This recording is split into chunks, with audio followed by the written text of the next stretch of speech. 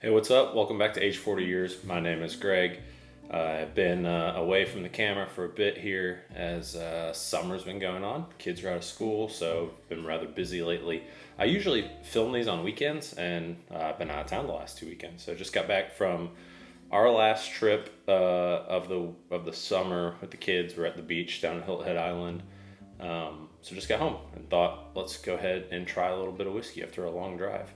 So I don't know where y'all live. I live in South Carolina, as you who have watched before know. And today is the hottest day of the freaking year. My car at one point said 104 today on the drive home. Not my first drink of the day because we did stop in Bluffton, South Carolina on our way home at a distillery called Burnt Church Distilling. They make several products. The one that you most likely to maybe have seen is Bluffton Whiskey or Anita's Choice, which is a glass bottle with a glass stopper. Pretty cool.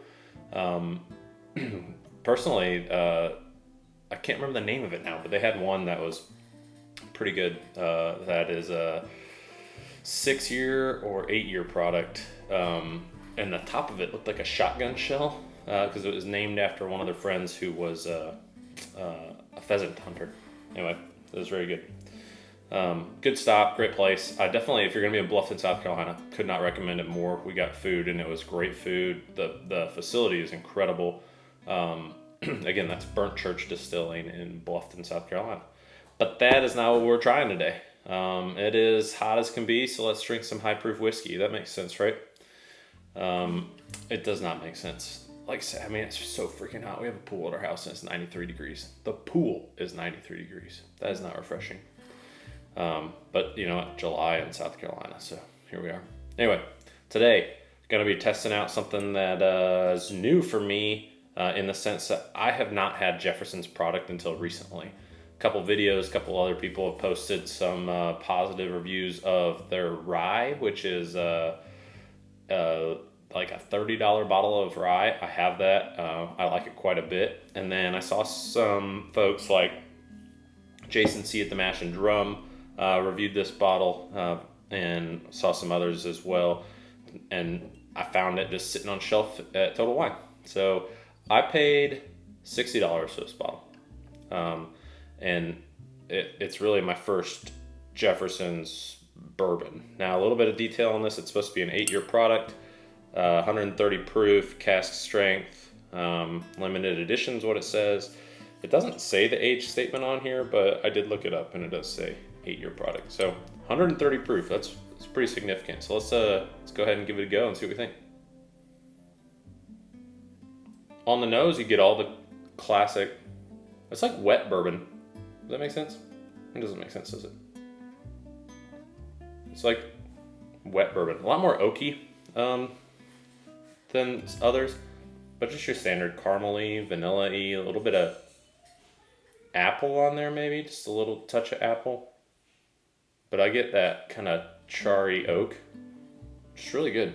The carameliness of it though also comes through as like a kind of like a cooked caramel. Does that make sense? Like caramel rolls or something like that. Nose, pretty good. It is, you can tell it's 130 proof. It is not messing around on the nose. Let's try a palate and see what we get.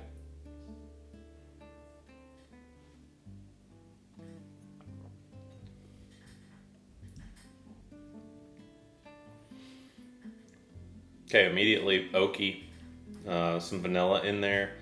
It's pretty tasty.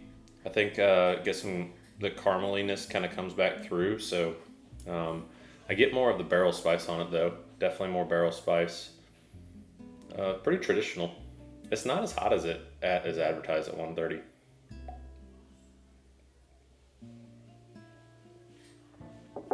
Right now I'm thinking though, 8 years, $60 for that heat, which is not as, I mean, it's, for it being 130 proof 8-year product and drinking the way it does, I think that $60 price point might be a real nice spot. Now, I don't know what Jefferson's is planning here. I know it says limited edition. I think if they can make this a regular release, that'd be great. I've kind of shied away from their tropics or their aged on a boat or those things. I kind of feel like I've not had them, so I can't say that they're gimmicky, but Just the idea of it kind of seems gimmicky.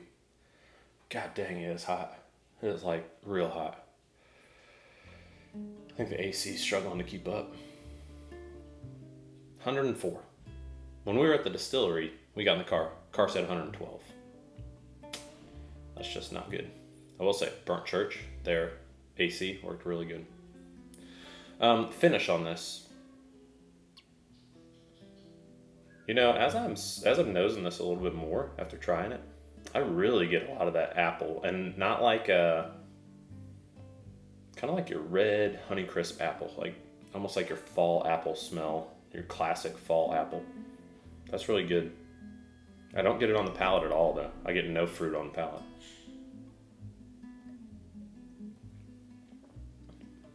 And on the finish, the hug's good. It's good. A little bit leathery on the finish.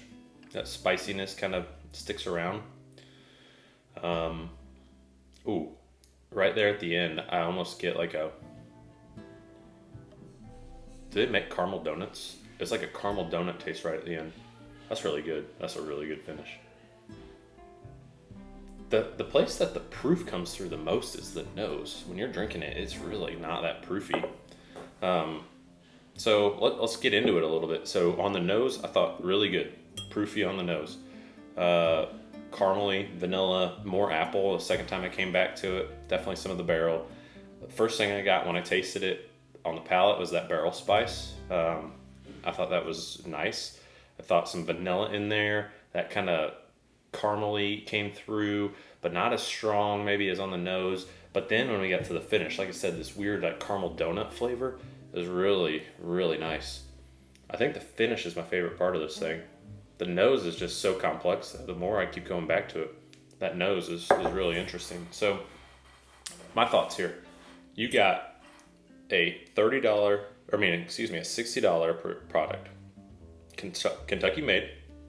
Does it say bottled for Jefferson's? So presumably sourced, cask strength, limited edition.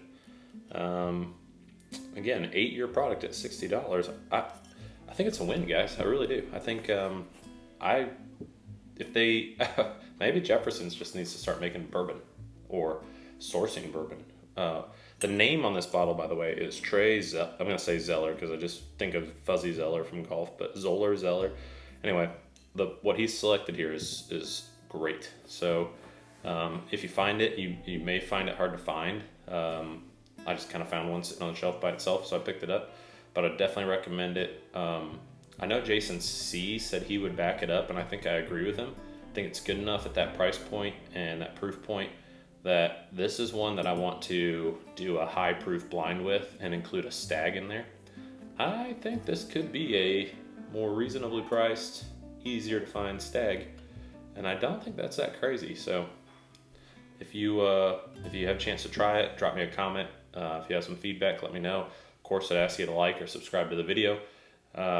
And I hope everybody remembers, stay cool, hydrate, please drink responsibly, and as always, cheers.